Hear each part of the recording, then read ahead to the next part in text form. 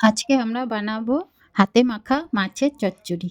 তার জন্য লাগছে টমেটো কুচি, পেঁয়াজ কুচি, কয়েক টুকরো বেগুন, চেরা কাঁচা লঙ্কা, আর মশলার জন্য লাগছে লঙ্কা গুঁড়ো, হলুদ গুঁড়ো, সামান্য জিরে গুঁড়ো আর ছোট মাছ।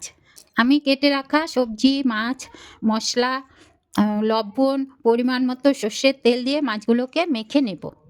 আমি এখানে চেলা মাছ নিয়েছি, তোমরা চাইলে যে কোনো ছোট মাছ নিতে পারো। মাছগুলো মাখা হয়ে গেলে কড়াইতে সামান্য তেল দিয়ে দেব। তেল গরম হয়ে গেলে মেখে রাখা মাছগুলো দিয়ে ঢাকা দিয়ে রেখে দেব।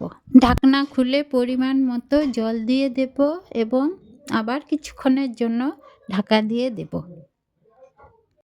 ঢাকনা খুলে ধনেপাতা কুচি ছড়িয়ে নামিয়ে নিলেই রেডি আমাদের হাতে মাখা মাছের চচ্চড়ি। আমার রান্নাটা তোমাদের কেমন লাগলো কমেন্ট করে জানাবে, আর আমার চ্যানেলটিকে সাবস্ক্রাইব করে দিও নতুন নতুন রান্না পাওয়ার জন্য।